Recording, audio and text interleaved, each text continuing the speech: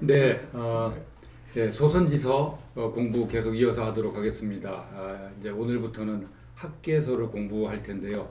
이 학계서는 이 남유다 백성이 바벨론 포로로 지내다가 하나님의 약속에 의해서 다시 회복되고 이제 포로에서 돌아온 후에 이제 바벨론 때 포로로 잡혀가서 나중에 이제 포로에서 돌아올 때는 이제 페르시아 시대죠.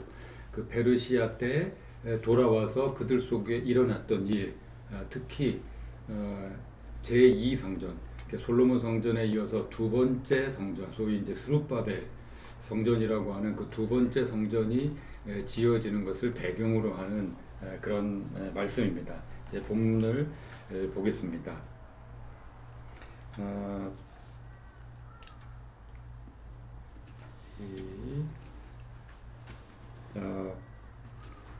이 배경이 되는 시간이 나오죠. 다리오 왕 제2년 여섯째 달 그렇게 나옵니다. 네, 여기 다리오 왕은 세계사에서는 히스타스 베스 왕으로 알려져 있습니다. 이 사람은 제위가 522년부터 486년 동안 페르시아의 왕으로 있었던 사람인데요. 이 사람의 제2년 그랬기 때문에 BC 520년이 되겠습니다. 이제 BC 520년 그렇게 이야기하고 있는데요. 그러면은 이때가 언제쯤이냐? 남유다가 포로로 처음 이제 잡혀가기 시작한 것, 그것은 이제 1차, 2차, 3차가 있습니다. 1차는 606년, 이제 뭐 쉽게 여기 연도는 약간 뭐 1년, 2년 뭐 이렇게 이견이 있습니다만 우리가 기억하기 쉽게 하겠습니다. 596년, 586년 거의 10년 단위로 느부갓네살 왕이 이 세 차례 이렇게 남유다를 침공해서 포로로 잡아갔습니다. 근데 1차 때 606년 1차 때 뭐 왕족이나 뭐 대부분의 많은 사람들을 많이 잡아갔고요. 이때 다니엘과 세 친구들이라는 사람들도 다 이제 잡혀갔습니다. 그렇게 하고 이제 나중에 귀환을 하는데요. 귀환할 때는 이제 여기도 이제 1차, 2차, 3차에 걸쳐서 이제 진행을 합니다. 그런데 이 1차 때가 이제 536년입니다. 536년. 그 다음에 이때는 이제 뭐 400 몇 년대로 이렇게 넘어가는데요.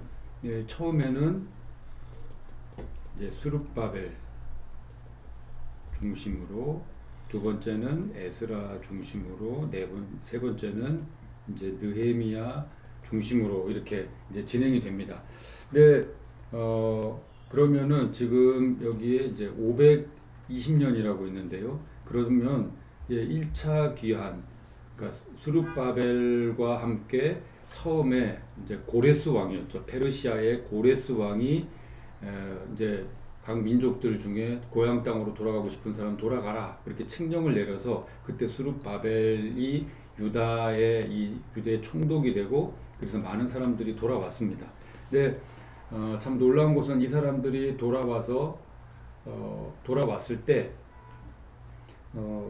예루살렘은 완전히 이제 성벽도 무너지고 성전도 무너진 상태였습니다. 근데 이 사람들이 돌아와서 그 중에는 어떤 사람들은, 나이 많은 사람들은 성전이 어떻게 생겼는지 기억하는 사람들도 있죠. 그런데 많은 사람들은 또 이제 성전에 대한 기억이 없는 사람들도 있습니다. 그런 사람들이 오히려 더 많았을 텐데요. 이제 그렇게 됐을 때 어쨌든 이 사람들은 성전에서 하나님을 섬기는 사람들이었다 하는 그런 의식을 갖고 있었기 때문에 제일 먼저 이 사람들은 돌아와서 성전을 지어야 되겠다. 그렇게 해서 이제 성전 짓는 일을 시작을 했는데요. 문제는 이제 성전이 있었던 그곳에 성전 터를 닦은 다음에 그들에게 이제 어려운 일이 닥쳤습니다. 먹고 살기 힘들고 돈도 없고 그리고 뭐 여러 가지 자연 환경도 불편하고 또 주변의 여러 이민족들과의 관계도 좀 어렵고 그래서 이 일이 그때 중단되고 말았습니다. 그러니까 성전 터만 닫고 그냥 중단된 채로 시간이 쭉 흘렀던 겁니다. 그렇게 얼마나 흘렸는가, 그 시간이 얼마나 지나갔는가. 그러니까 536년에 돌아와서 그 일을 시작했는데 지금 520년이 됐습니다.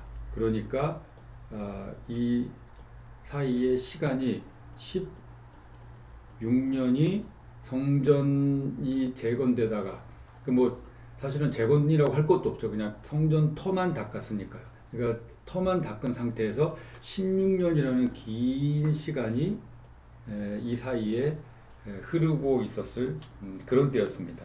그러니까 성전 재건이 방치된 상태였던 거죠. 근데 성전 재건이 방치된 이 상태 동안에 또 더 힘든 상황은 무엇이었냐면 말씀이 없었다는 겁니다. 어떤 선지자도 하나님도 말씀하지 않고 그냥 아무런 말씀 없이 계셨고 사람들도 아무런 말씀 듣지 못하고 그냥 시간을 보낸 거예요. 그러니까 원래는 이 사람들이 돌아왔을 때 이런 일들을 겪으면서 참 힘들고 어려운 일들을 겪었죠. 이런 일들을 겪으면서 돌아왔을 때 자기들의 구심점이 성전이다. 그래서 성전부터 지읍시다. 이렇게 시작했던 일이었는데 자기들한테 어려운 일이 닥치니까 그걸 탁 내팽개쳐 놓고는 그냥 시간을 보내고 있었던 거죠. 이제 세월을 보내고 있었습니다. 그리고 하나님도 아무런 말씀을 하지 않고 그냥 기다리고 계셨죠. 이럴 때 선지자 학개를 통해서 하나님이 이제 말씀하시기 시작하는데요. 이 학개의 이제 이름의 뜻은 이 사람은 제사장 가문입니다. 제사장 출신, 제사장 가문이고요. 이 사람의 이 학개라는 이름의 뜻은 축제, 즐거움이라는 그런 뜻입니다. 근데 이 사람이 사역하는 이 배경이 되는 이 때로 보면은 뭐 축제나 즐거움의 그런 시간들이 아니죠. 그러니까 선지자의 이름이 상당히 이제 역설적인 그런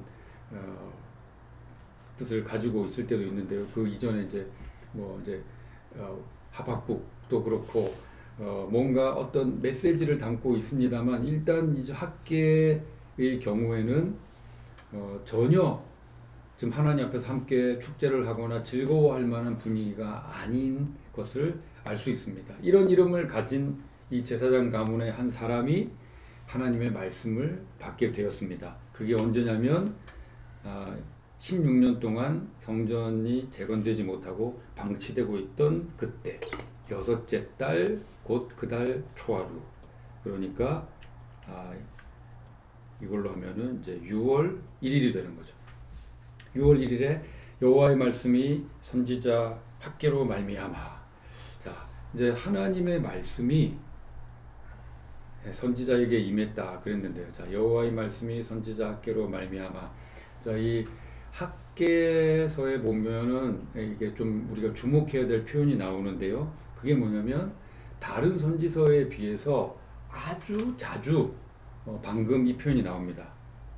이런 여호와의 말씀이 임했다 하는 이 말씀. 그리고 그냥 여호와도 아니고 만군의 여호와가 말씀하신다는 이런 표현이 선지서인 특히 학개서에 아주 자주 반복됩니다.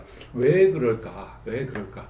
그러니까 어떤 한 선지자에게 하나님 말씀이 임했다. 그래가지고 어떤 선지서에 보면은 그냥 하염없이 몇 장씩 쭉 그 하나님의 말씀이 지나가는 것을 볼 수 있습니다. 근데 학개서는 이제 되게 짧습니다. 아주 짧은 이제 2장밖에 되지 않는데, 근데 이 짧은 이 성경에 몇 절마다 한 번씩 계속 여호와의 말씀이만이라 만군의 여호와의 말씀이니라 여호와의 말씀이 임하여서 또 만군의 여호와가 계속 이렇게 반복하는 것은 이들에게 정말 하나님이 만군의 여호와시다. 또 하나님이 지금 하나님의 말씀이 임하고 있다. 그러니까 우리가 정말 귀를 기울여서 이 말씀에 이 말씀을 들어야 된다. 귀를 기울여서 들어야 된다 하는 그것을 강조하고 있는 것입니다. 지금 여기 1장 앞부분에 나온 표현들 조금 보면은, 자, 만군의 여호와가 이같이 말하여 이르노라. 여호와의 말씀이 선지자 학개에게 임하여 이르시되, 자, 만군의 여호와가 이같이 말하노니, 자, 이런 식으로 계속 반복돼서, 여기 7절에도 만군의 여호와가 말하노니 이렇게 이제 반복되는 것을 볼 수 있습니다. 자, 이 말씀이 그러면, 자, 어디에게로 향하고 있는가? 물론 모든 백성에게 가지만, 자, 1차적인 대상이 있습니다. 그게 누구냐면 스알디엘의 아들 유다 총독 스룹바벨. 자, 이 사람은 유다 총독이라고 그랬습니다. 지금 이 스룹바벨이라는 사람은 유다 총독이랍니다. 그러니까 페르시아에 의해서 임명을 받은 사람이죠. 정치 지도자로 임명을 받은 사람입니다. 정치 지도자. 근데 이 사람의 이름이 우리에게 생소하지 않은 것은 마태복음 1장에 보면은 이제 이 사람의 이름이 나옵니다. 스알디엘, 스룹바벨, 예수님의 족보에 나오는 그 이제 이름입니다. 그리고 자, 여호사닥의 아들 대제사장 여호수아. 이 사람은 종교 지도자죠. 종교 지도자, 대제사장. 그러니까 지금 하나님의 말씀이 백성들에게 영향을 미치는 정치 지도자와 종교 지도자에게 임했다는 겁니다. 자, 이 이름도 우리에게 익숙하죠. 여호수아. 근데 이 여호수아는 우리가 아는 여호수아하고는 너무도 다른 사람입니다. 구약 성경에 보면은 이 이름들이 나오는데요.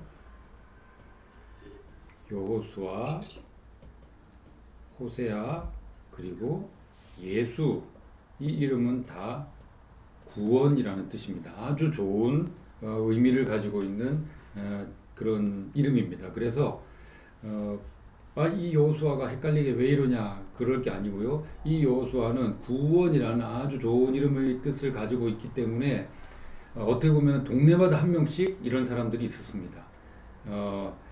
이제 어느 이 동네에도 여호수아가 있고, 저 동네에도 여호수아가 있고, 이 동네에도 호세아가 있고, 또 예수도 예루살렘에도 예수가 있고, 나사렛에도 예수가 있고, 그래서 사람들이 구별하기 위해서 나사렛 예수 이렇게 이름을 지었던 것입니다. 그래서 이 여호수아는 제사장, 그러니까 레위 지파가 되는 거죠. 우리가 알고 있는 여호수아, 모세의 뒤를 이어서 이스라엘의 지도자가 됐던 여호수아, 가나안 정복 전쟁을 했던 지도자 여호수아는 에브라임 지파입니다. 그러니까 다른 사람인 것을 우리가 기억해야 되겠습니다. 자, 이 사람들에게 이제 말씀이 임했습니다. 근데 무슨 말씀이냐? 칭찬이 아니고요. 왜 그러냐 하는 말씀인데, 만군의 여호와가 이같이 말하여 이르노라. 이 백성이, 자, 포로에서 돌아온 사람들입니다. 말하기를 여호와의 전을 건축할 시기가 이르지 아니하였다 하느니라 그랬습니다. 여호와의 전을 성전을 건축할 시기가 이르지 아니하였다, 이렇게 이야기를 합니다.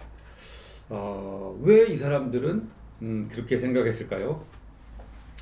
지금 그때 자, 성전은 3차 침입 586년에 이제 성전이 완전히 무너집니다. 바벨론이 세 번째 침입했을 때 BC, 그러니까 기원전 586년에 완전히 무너지게 되는데, 그때 당시에 예레미야가 어떤 예언을 했냐면요, 25장 12절에 70년 동안 이 예루살렘이 회파될 것이다, 포로로 잡혀 있을 것이다, 성전이 무너져 있을 것이다, 이런 예언을 했습니다. 그런데 자, 586년에 이 사람들이 이제 마지막 끌려가고 성전이 무너졌는데, 이 사람들이 돌아온 것은 536년이에요. 그러니까 이 간격은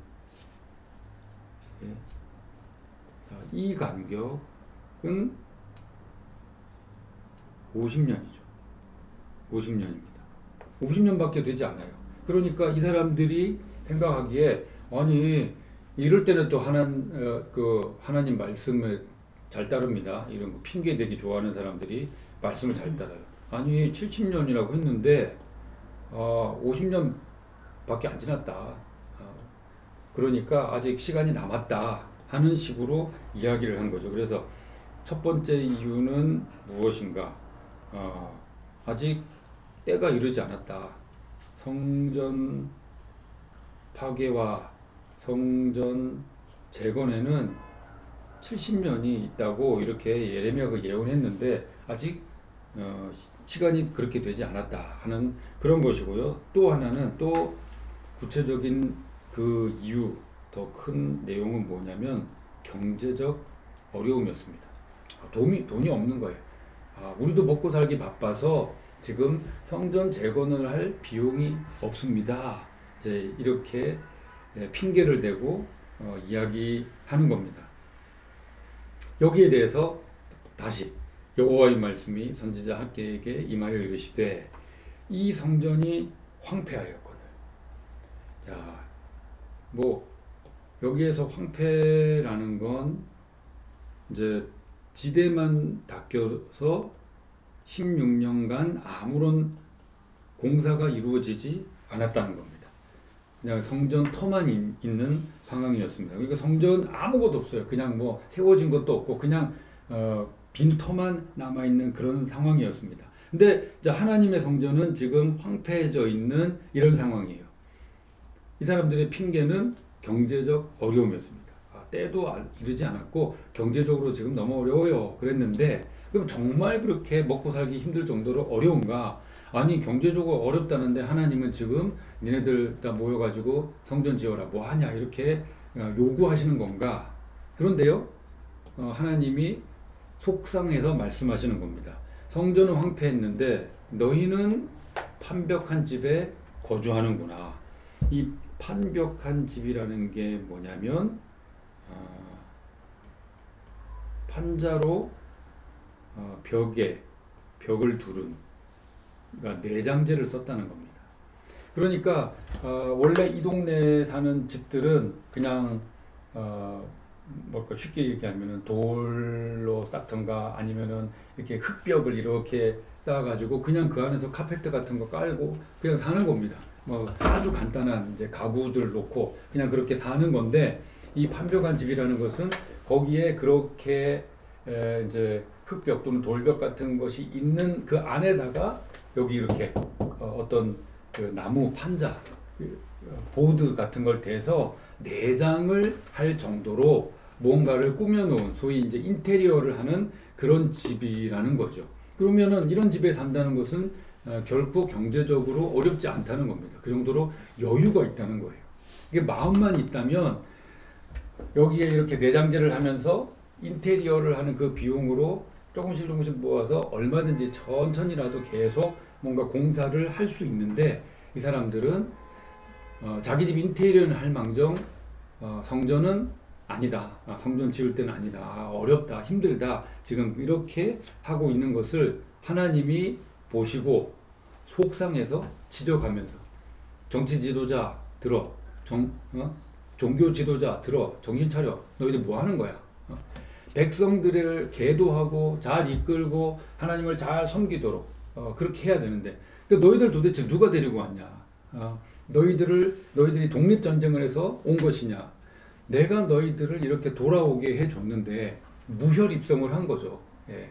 전쟁 하나 하지 않고 정말 출애굽 하나님이 애굽을 그렇게 흔들어 놓고 그냥 그들이 전쟁하지 않고 출애굽했던 것처럼 지금 페르시아에서도 전쟁 한 번 없이 그냥 이 사람들 돌아가고 싶은 사람 다 돌아가고 그래도 자기 재산 가지고 돌아온 겁니다. 그런데 지금 하나님을 외면하는 거예요. 하나님에 대해서 하나님의 도우심에 대해서 생각하지 않고 있는 겁니다. 그래서 하나님이 뭐라고 하시는가?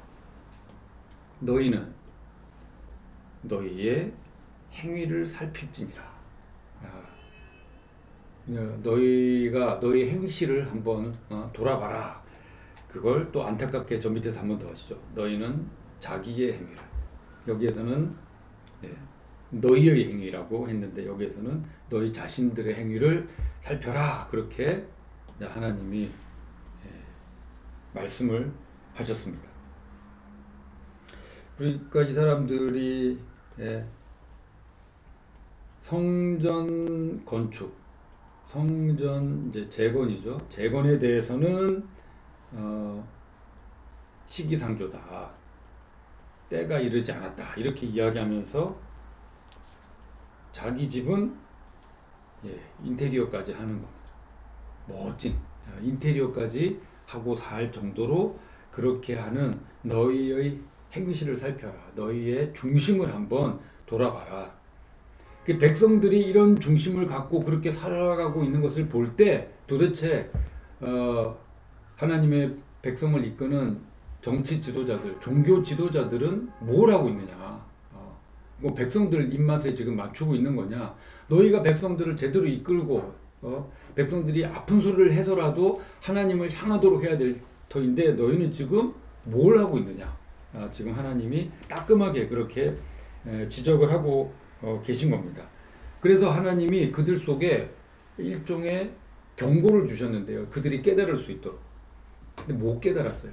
깨닫지 못해서 하나님이 이렇게 말씀까지 하신 겁니다.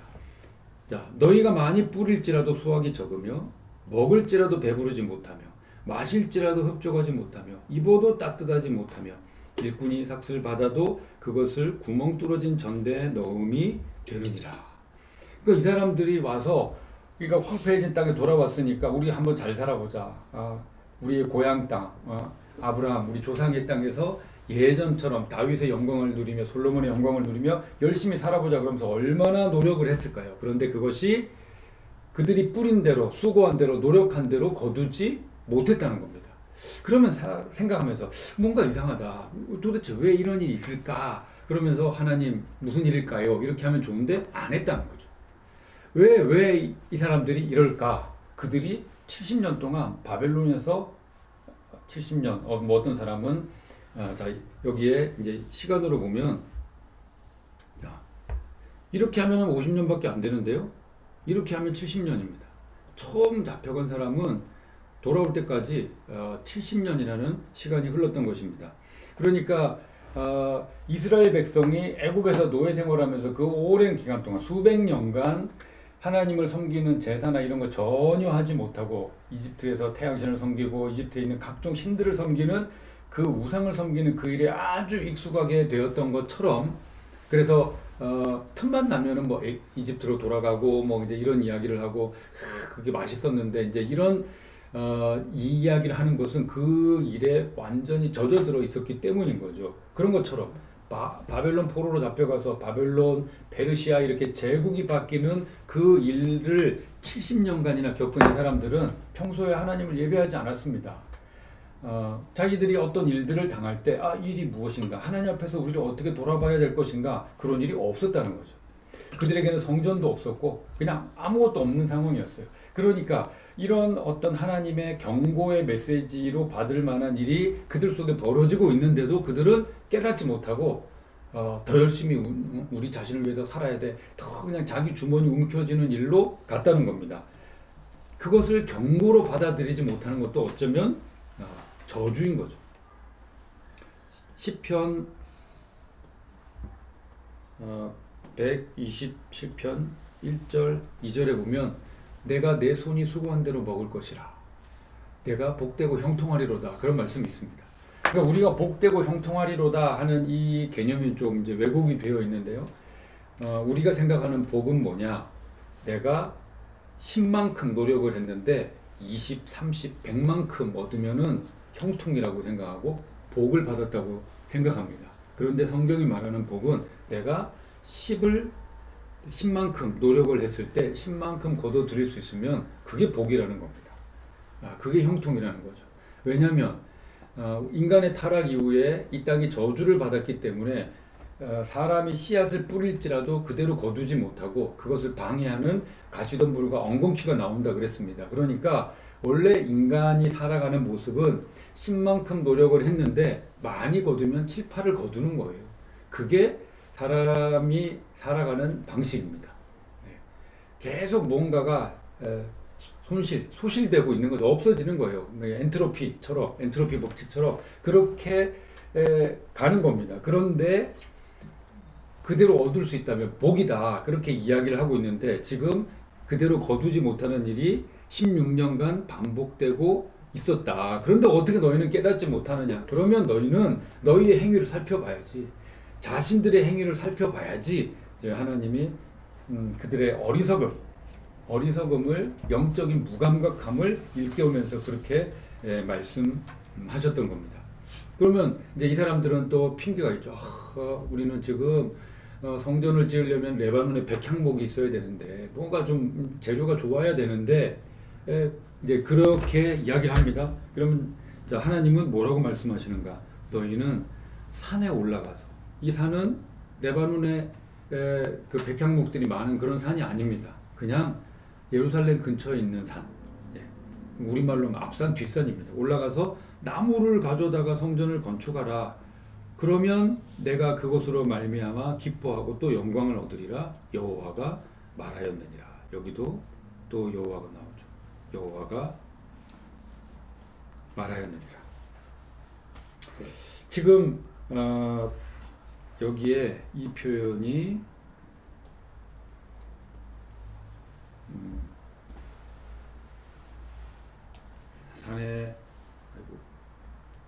산에 올라가서 나무를 가져다가 성전을 건축하라. 이건 이제 우리말로는 지금 이제 이런 식으로 표현되어 있습니다.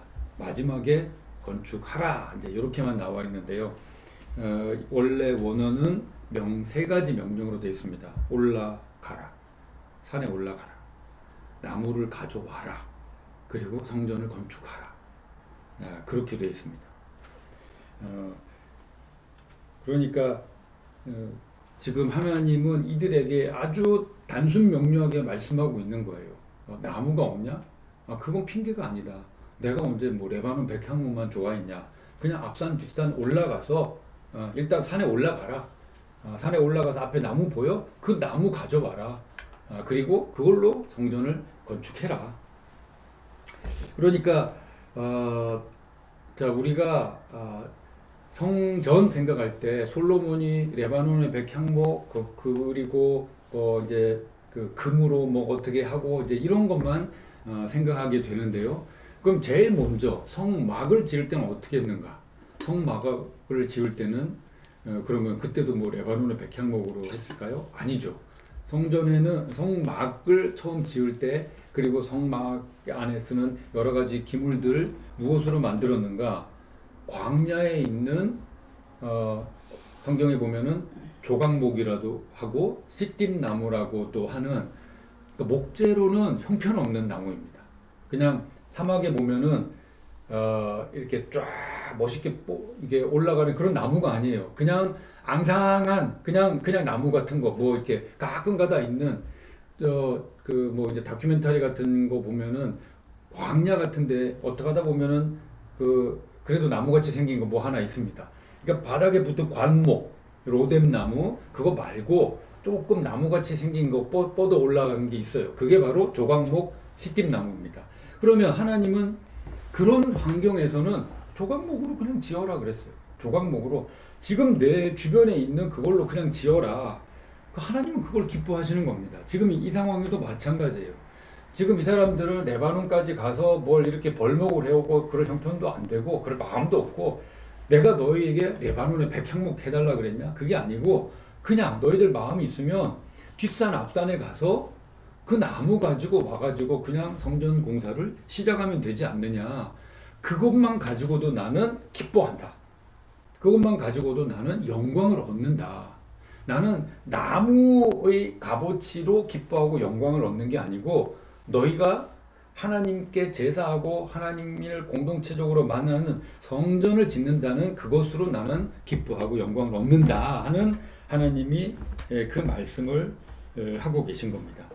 참 그러니까 하나님은 정말 그 너희 마음, 나를 향한 너희의 마음을 보고 싶다 하는 거죠.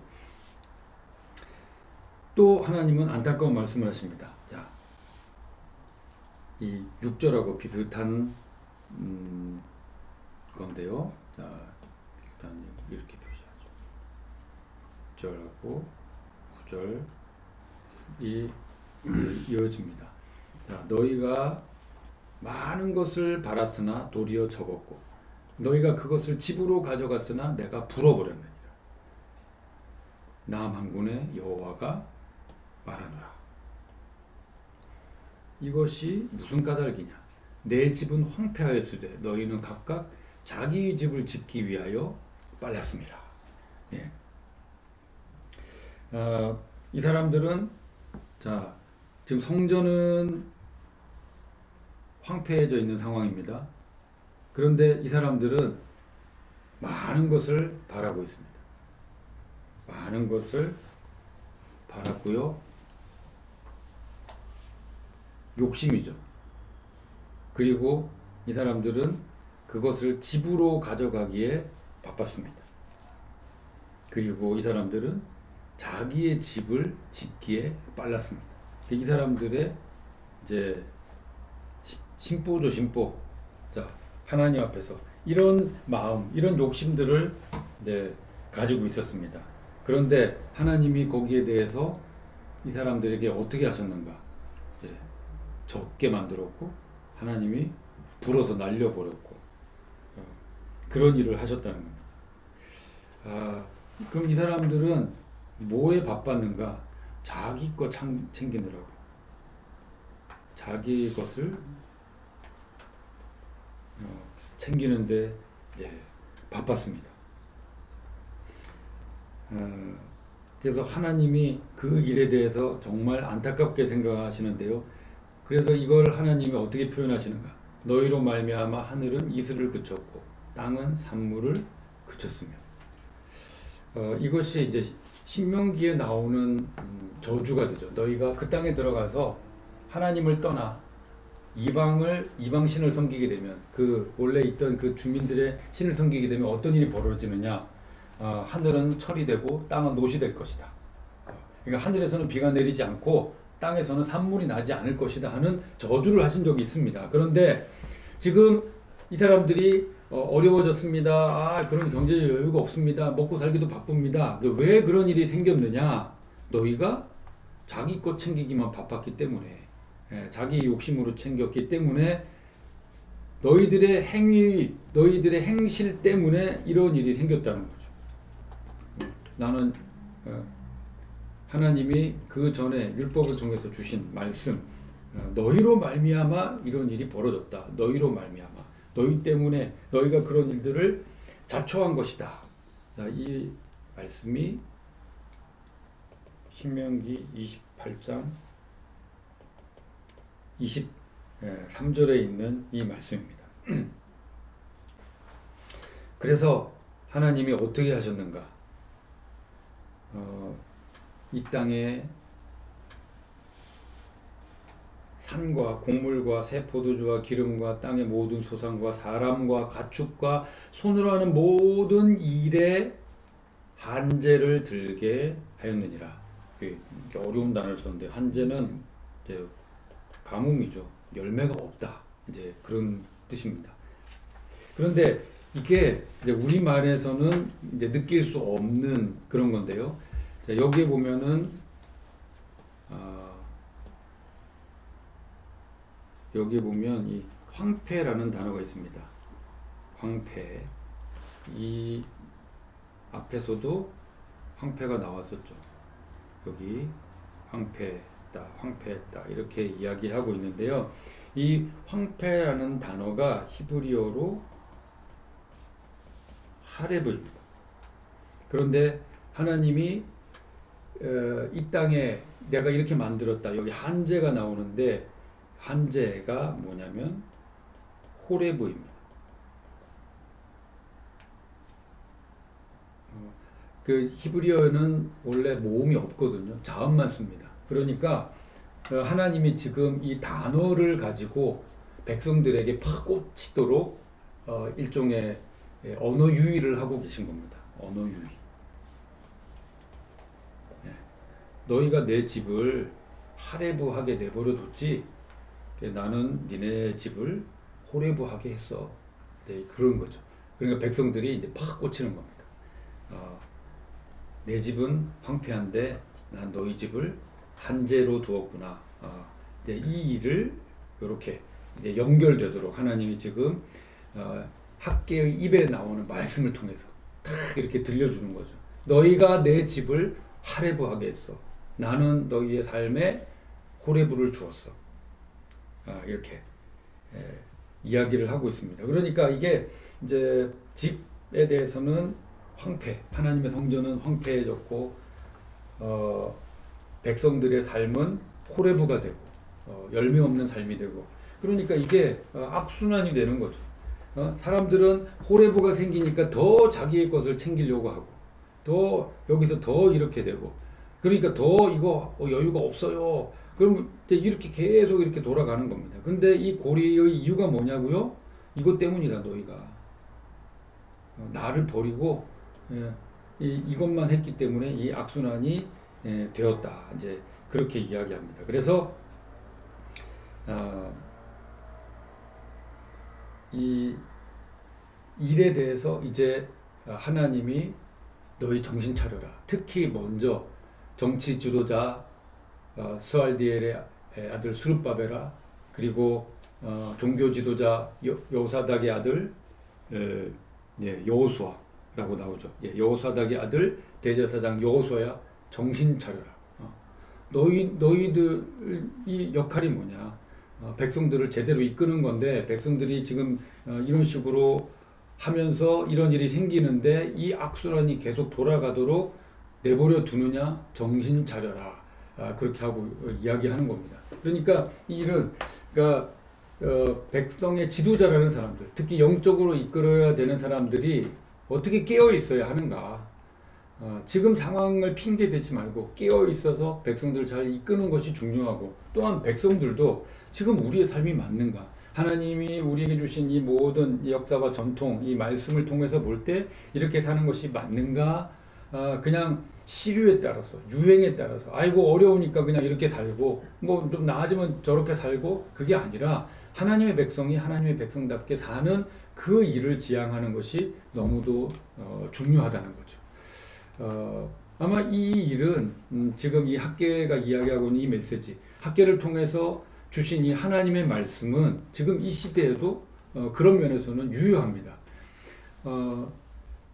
사람들은 이 너무 힘들고 어려운 이 도시 생활 속에서 참 많은 각박함 속에서 뭔가 더 풍요를 얻고 싶어하고, 여유를 얻고 싶어하고, 물질적인 행복을 얻고 싶어합니다. 자기의 것을 챙기는데 빠른 거죠.